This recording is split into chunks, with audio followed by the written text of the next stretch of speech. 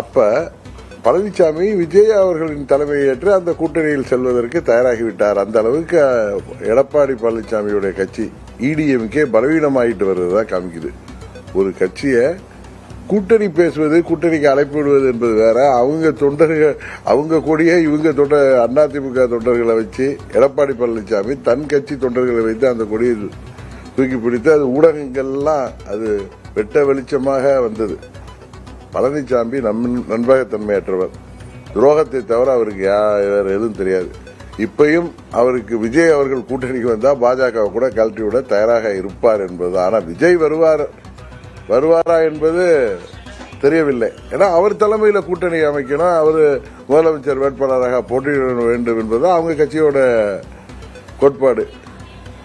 திரை உலகத்தில் இவ்வளவு உச்சபட்ச நடிகராக இருந்து நிறைய ஏர்னிங்ஸ் எல்லாம் பெற்றுக் கொண்டிருந்த விஜய் அவர்கள் இன்றைக்கு கட்சி ஆரம்பிக்கிறாரு அப்படின்னா பழனிசாமியை முதலமைச்சர் ஆக்குவதற்காக அவர் கட்சி ஆரம்பித்திருக்கிறாரா? அந்த தொண்டர்கள் அதை ஏற்றுக்கொள்வார்களா? இல்ல விஜய் தான் இவரோட கூட்டணிக்கு வந்து பழனிசாமி முதலமைச்சராக தூக்கி பிடிப்பாரா?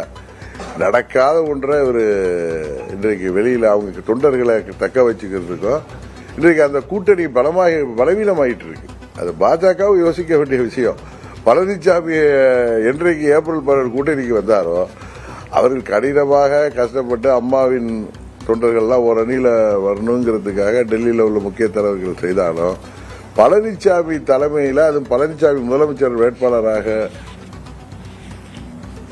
முன்னிறுத்தப்படும் போது அந்த கூட்டணி பலவீனமாகிட்டு இருக்கு. இன்னும் நாளொரு மேனியும் பொழுதொரு வண்ணமாக அந்த கூட்டணி பலவீனமாகத்தான் ஆகும். தேர்தல் நேரத்தில் பாருங்க, தமிழ்நாடு முழுவதும் அது 15% கீழே தான் எடப்பாடி பழனிசாமி அமைத்திருக்கிற இடிஎம்கே அமைத்திருக்கிற கூட்டணி பெறும். இதை நீங்க பொறுத்திருந்து பாருங்கள்.